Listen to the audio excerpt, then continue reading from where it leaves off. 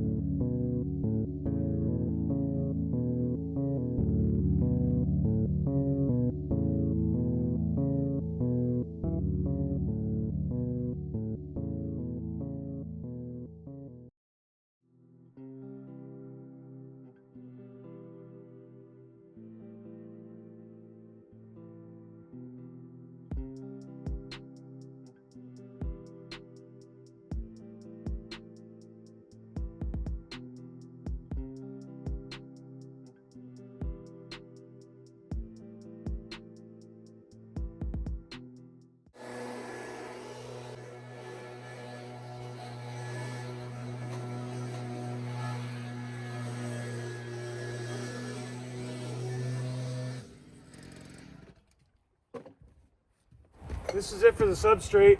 What I'm going to do is I'm going to paper this. I think I got 4-foot paper.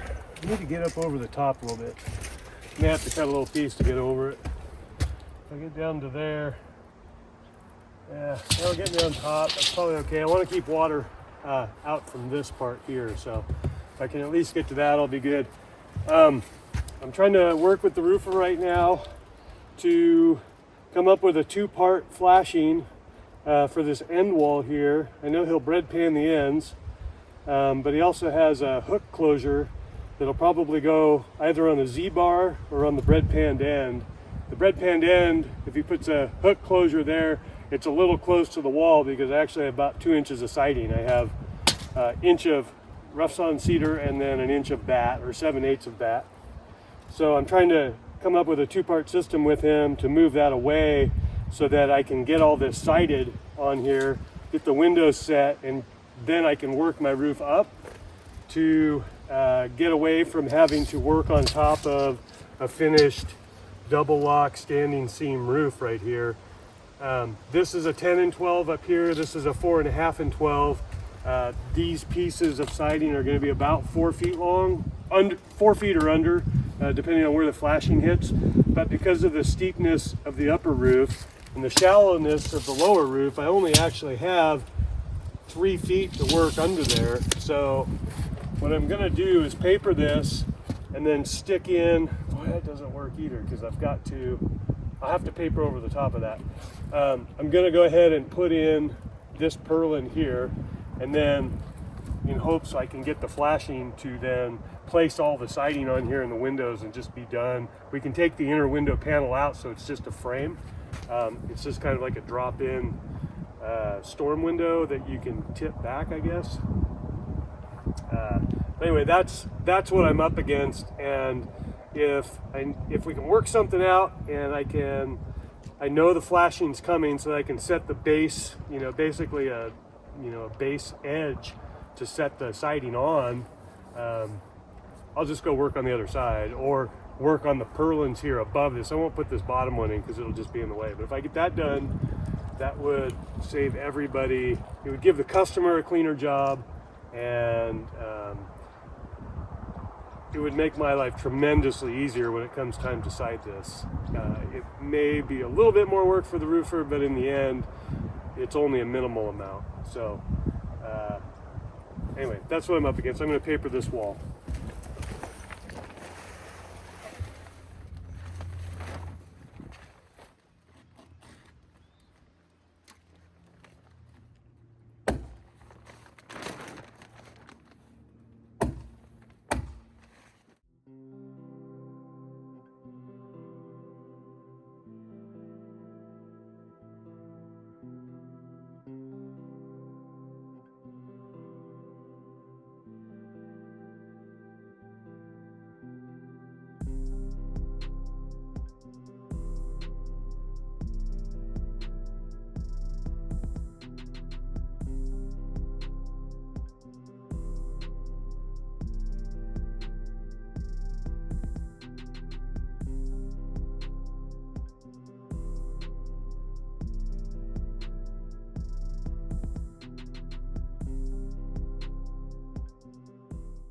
All right, that'll hold it for now. I think it's lunchtime.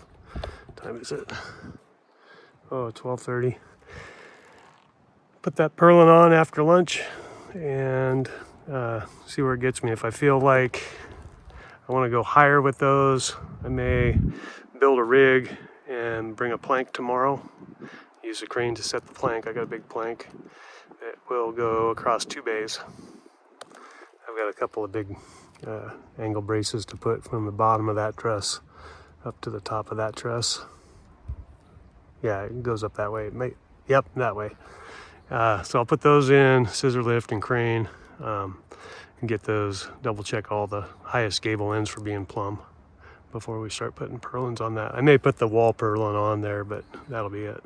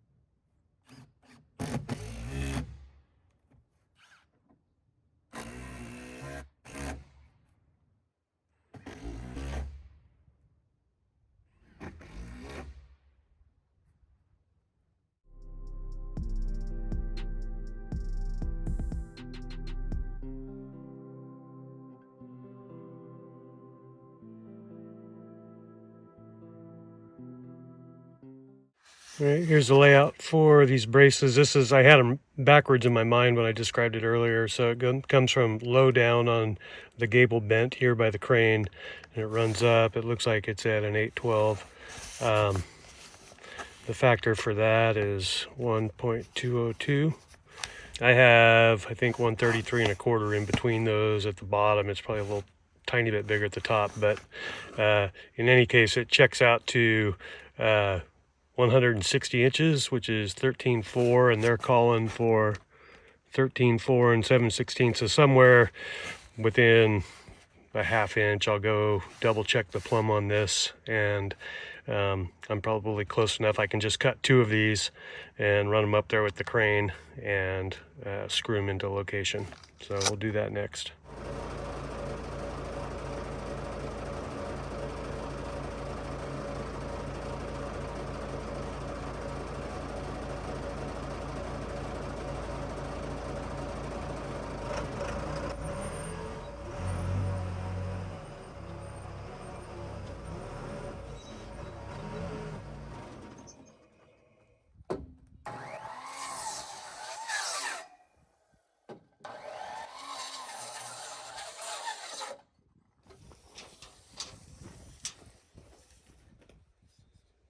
Split it.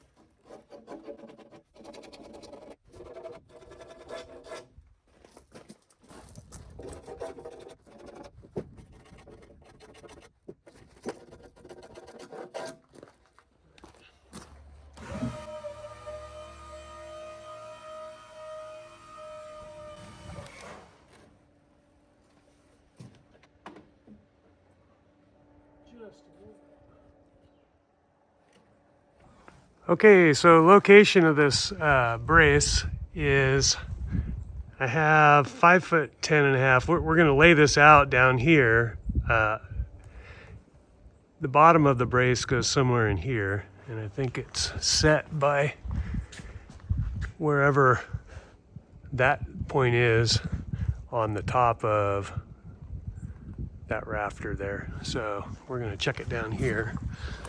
I've got 8 inches, center is 4, so we're 2 inches. We're going to be 2 inches from the outside of that to center up the brace going up to the hammerhead truss. So from the outside, should be like 5'8½" or something.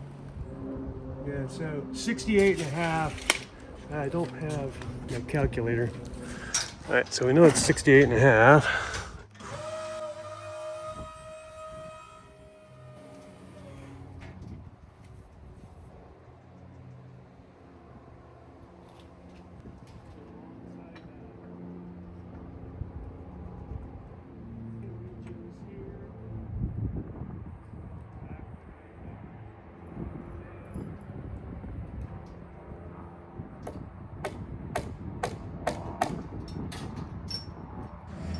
All right, the measurement for that is exactly, the inside of the brace is exactly right alongside this 89 and 3/16.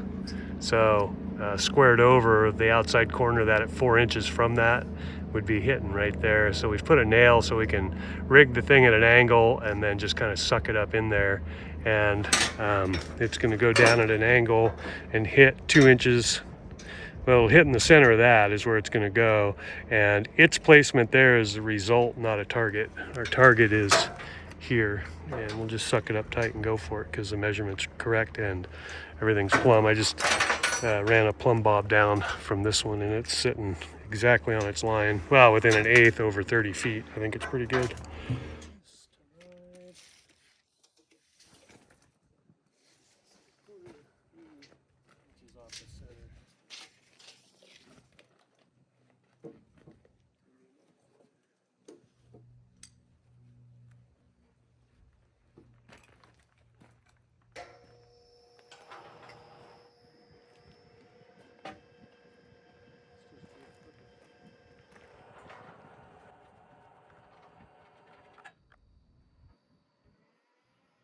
It's gonna hit there. Keep spinning out there. That looks about in line with the ridge. We'll go a little past. We'll go up a little bit. No, it's all the way up. Okay, I think that'll hold till we get up there. Let's go up there.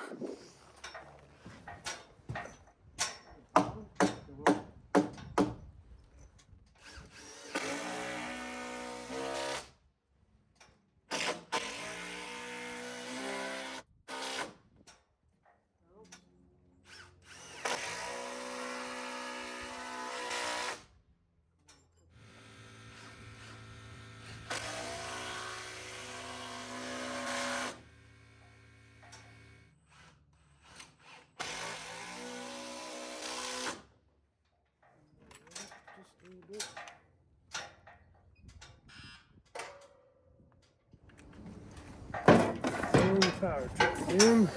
All right, well, I fixed that problem, or at least delayed it or passed it on, deleted it. I deleted that problem.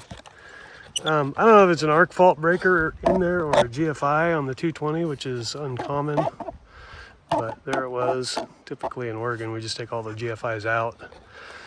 Once the inspector's gone and put a regular plug in there, it's the only way to get anything done. So either the crane got wet in the wind or one of the motors is a little testy or something, but the main winch down or up function wouldn't work. So I opened up the panel to see what type of breakers it was using. So I could just go get one that's a non-GFI after work, but I ended up just taking off the I guess it's the arc fault lead or the neutral lead. I think it's an arc fault because there's no neutral right there. It's just two hots. The ground is still grounded, typical 3-wire 220. So crane's working now. I'm good with it.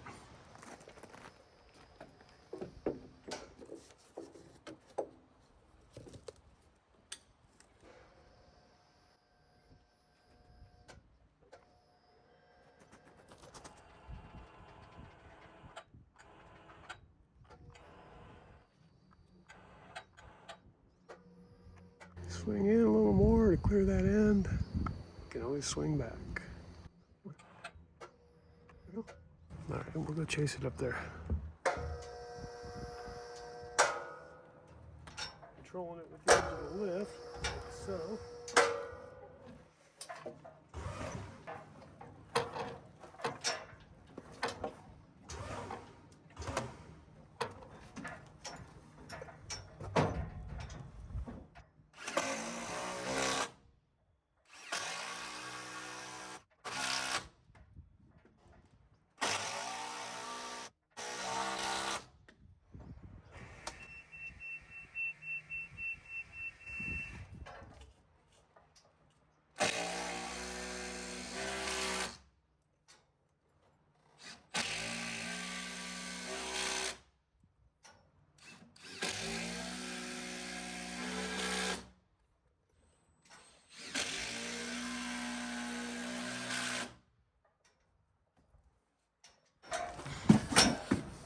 There's the fit. I don't know if that shows up. And I think I'm going to run up and put one more screw in the tops of those, just because that's a good connection that way. There's that one over there.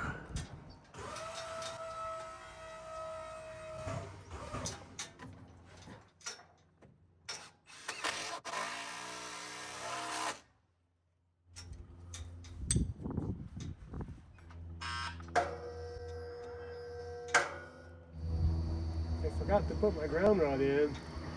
Forward thinking, I'm like, well, I could hook up an auxiliary hydraulic unit to drop that thing if I needed to. But that's just mechanical hydraulics. But the problem is you can't drop it unless the trolley's parked in the parking spot, which is there's one narrow spot it needs to be so everything can fold up. And when it does fold up, it stays outside of the two lower sections or the two sections of mast. So from here on out, even though I've been swinging it into the wind, I'm going to start running the block up to where it goes. I'm going to start putting it in its parking spot every night, and I'm going to hook the ground rod up. So my fault. We'll drive over, put one more screw in that far side.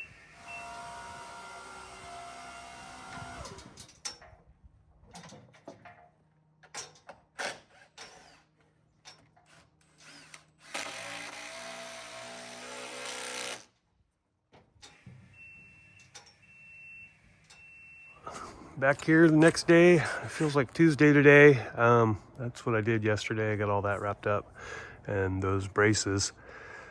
Did talk to the roofer, connected with him. We've got some options that we're going to explore. I don't have any of the flashing right now, but it's enough of a start in the conversation that I can go ahead and move down here and start replicating what I did here. I'm going to cover this along here. I may have to cover it as I go though, as far as sheeting, and I'll at least have to tarp it if I leave without sheeting on it.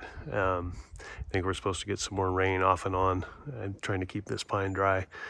I got a little rescue here this morning. I was cleaning up. I'm sort of straightening up to limber up here right now, and I saw this stranded guy. Let's zoom in on him. This guy's a monster. There's a 1/2-inch nut next to him. We'll get you, buddy. Hang on. Yep. I don't know what kind of bug he is, but we'll go over here. Some sort of timber beetle or something. I'm glad we don't have thousands of these flying around. He's not going anywhere because we're holding hands right now. This foot trap because I don't want him to fly around, but we'll put him over here. I don't know what kind of habitat he lives in, but if I put him over there, he's not going to be able to fly away. Let's just set him down here. Here you go.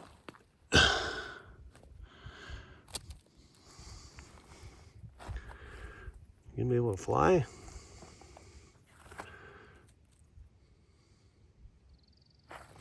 You gonna attack me? Good job, buddy. All right, good luck. Gotta move some stuff here. This stack here got some water in it. It was in the middle of the pile. I don't know how it got in there or if it was even from us, but I'm gonna set it aside and see about spreading those out when I get a chance. I'm sure we've got extra on the job. I just don't want to use it all up in one spot, so maybe I can get some bleach on those and get them cleaning up. They all look pretty straight, so we'll see how it turns out. Well, the forklift just quit. It was stuttering. I couldn't quite tell. Hopefully it's out of fuel. If not, we're going to be a mechanic today, or at least call one.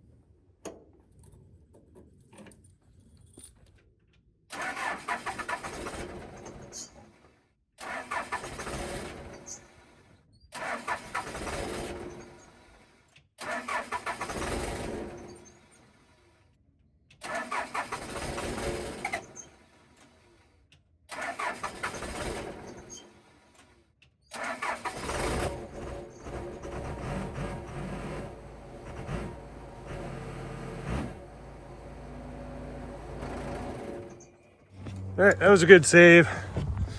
How to bleed the injectors on a Heavybone 636 is going to be a mystery for at least one more episode. All right, I am still cleaning up here, but I've got everything moved, and I'm going to have to go up. The other end was super nice, but I have a string on the fascia board here, and I think one or two of these has a little tweak in them.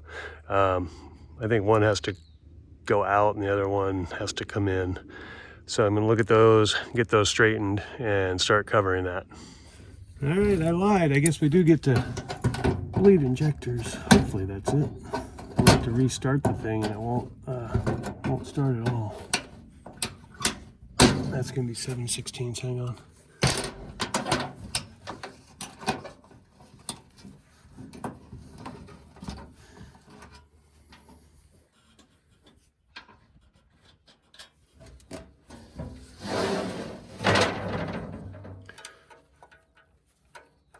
Okay, that one's kind of loose. Okay, we'll just see if I can get all of them unsnugged. Yep. Okay, that one will loosen when I'm ready. That's a good angle for that one.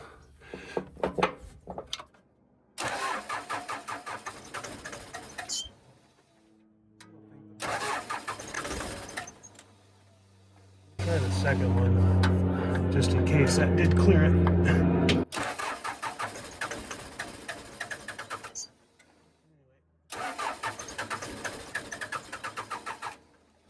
Got the one, we won't worry about 4. I got fuel there.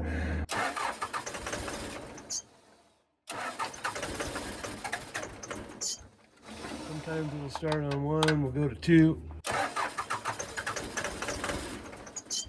don't think I'm opening up that far enough.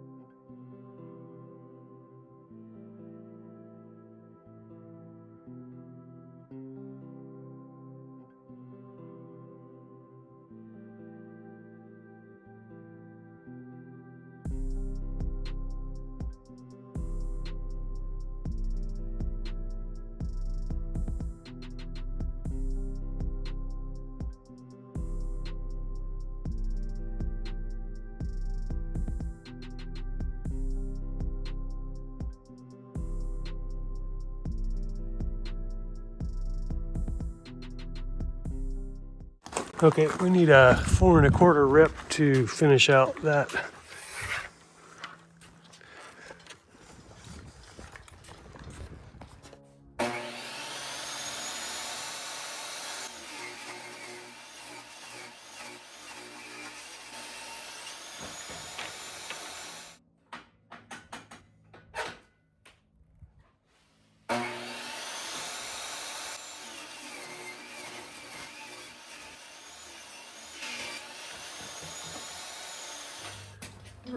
One more little piece just in case I need it.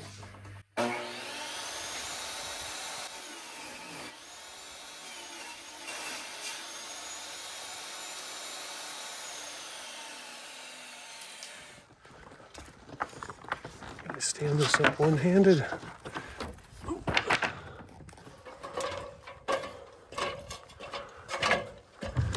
Okay, so let's see, we'll finish that out.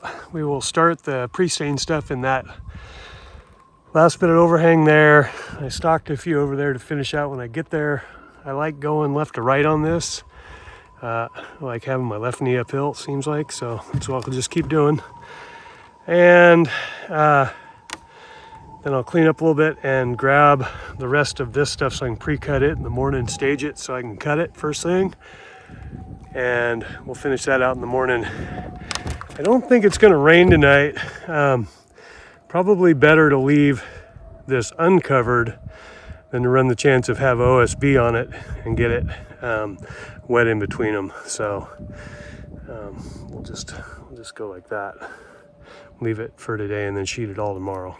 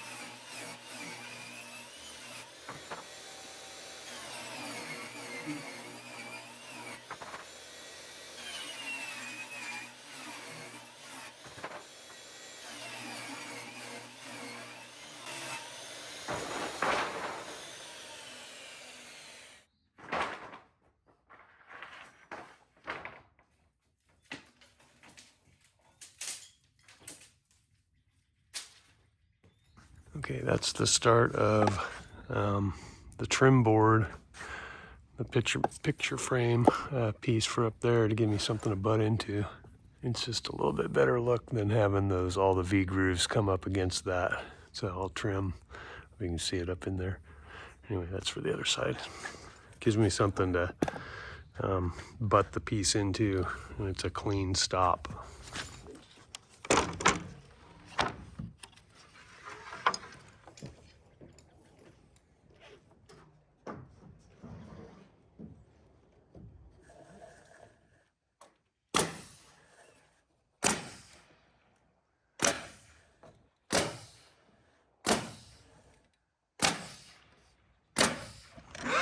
We're gonna put the rest of that base on there. I brought over 12-foot boards this morning and I need 14s. I got a unit of 12s right there and then 14s below it.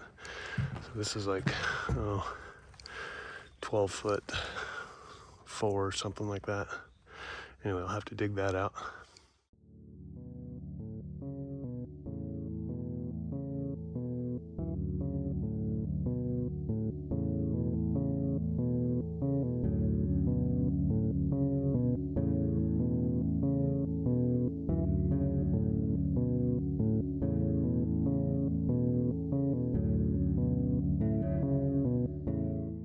All right, I'm gonna swap out these 12s. Looks like I had set a unit out earlier, so it's a lot closer, so I don't have to dig those other ones out.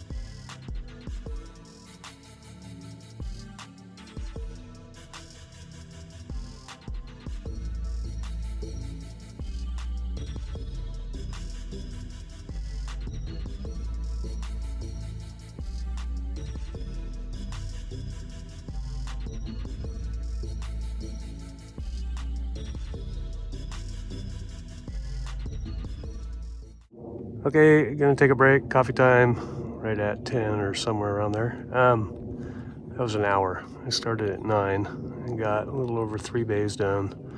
We'll wrap that up. I think the roofer's on his way out with some samples, so that'll be next, and then I'll finish this and start sheeting.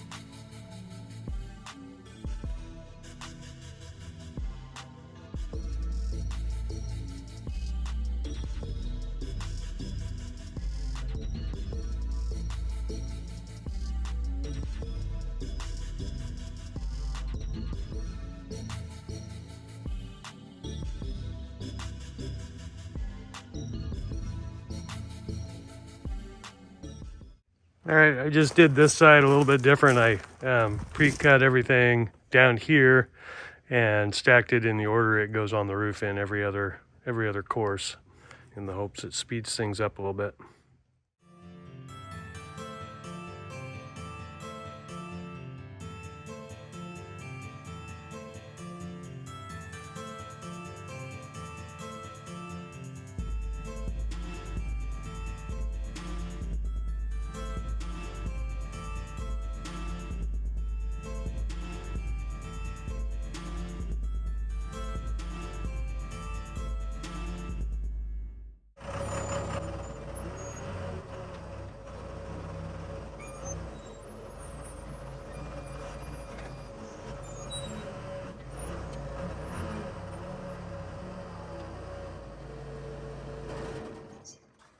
Where to start? Let's see, I got a big list for today. I gotta sheet the upper part there. I'd like to frame the clear story window set in without the paper on the roof. It'd just make it easier. I'm gonna play that with, we're supposed to have some rain coming in. It was raining at my house. I live northwest of here.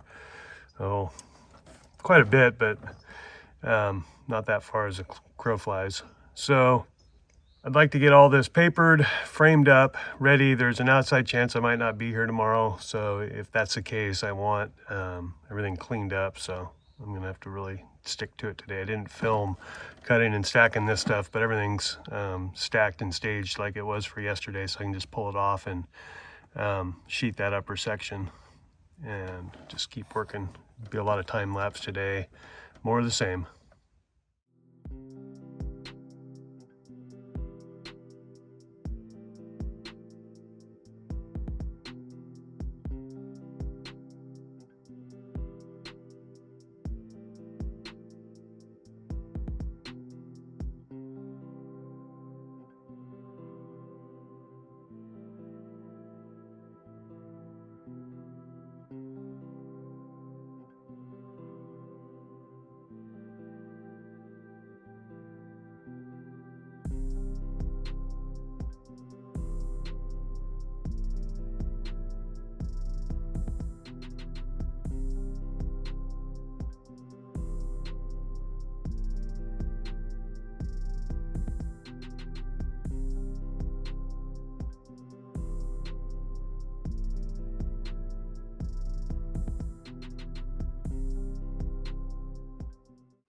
Upper roof sheeted.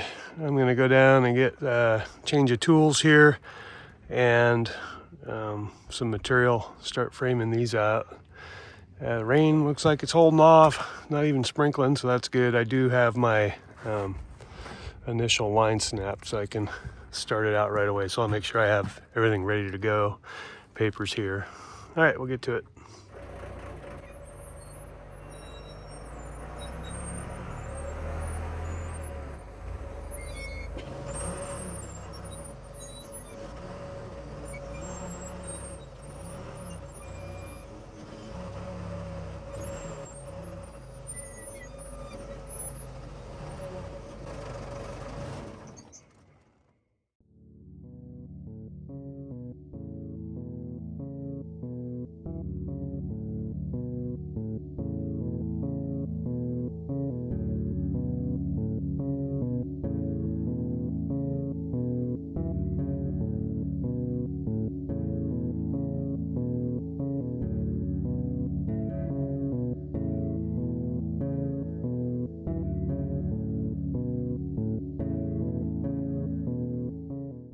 All right, all loaded up, ready to go.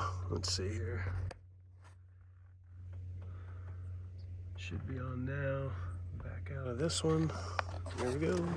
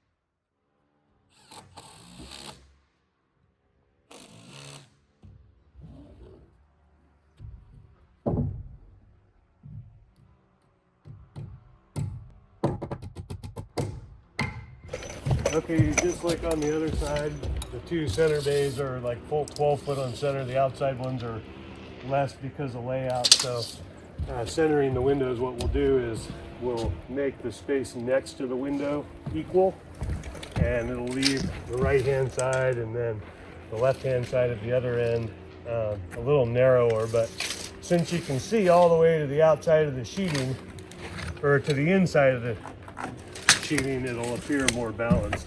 Makes more sense from the inside, I guess.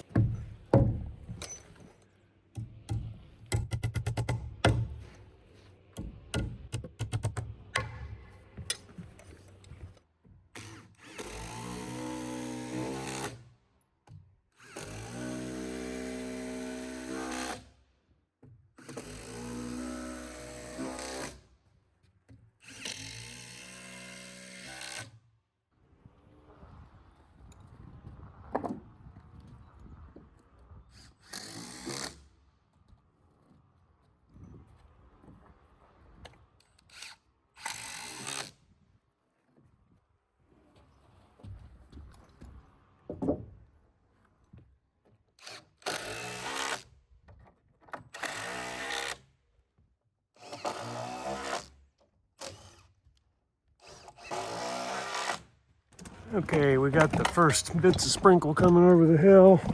I'm still gonna have a cup of coffee, but I wanna finish putting up this purlin here, or girt. Acts as kind of a safety rail. And also gives me something to attach the window framing to right away.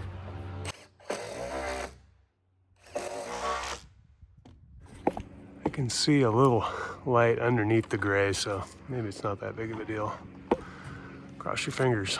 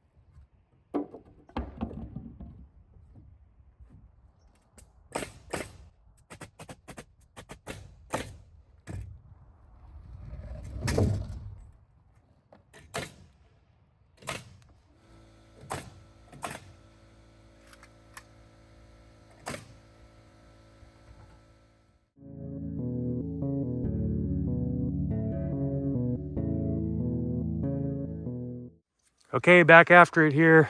I've got the pine on the forklift for covering this wall. I think I'm going to be pressing my luck to get that on sheeted and papered. So what I'm going to do is I'm going to get that pine on, then I'm going to paper it, and then move a couple things before. I think that'll be about the last moment between quitting time and the rain coming. I don't really want to press my luck, so we'll do that, and then I can get the OSB and the finish. I may drape a little paper across the pine to keep it dry, but I think we'll be okay.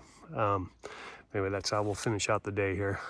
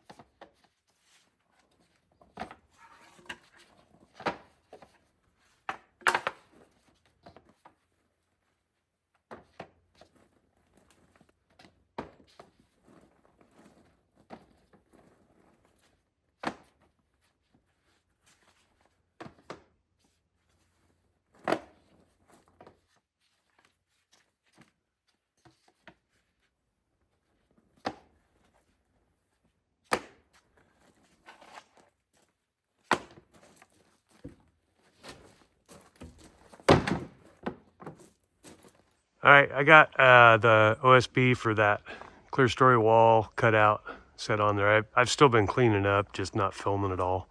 I'm gonna go up. Everything's on there except for the nail gun and my nail bags. So I'm gonna go put all that stuff on real quick. It's kind of funny. I was just heading over here to cover up that stack of stuff so it doesn't get wet. And I'm walking by here and I kicked this up out of the dirt. I've been driving my, I know exactly what that is. I've been driving my forklift around and it's sort of been clanking. The boom's been jumping a little bit. And I'm like, it feels like it's hopping more than it should. And I'm like, well, I'm gonna have to take it apart at home. I know there's like a wear pad or something shifted. And I just kicked this up out of the dirt. It's a bronze wear pad.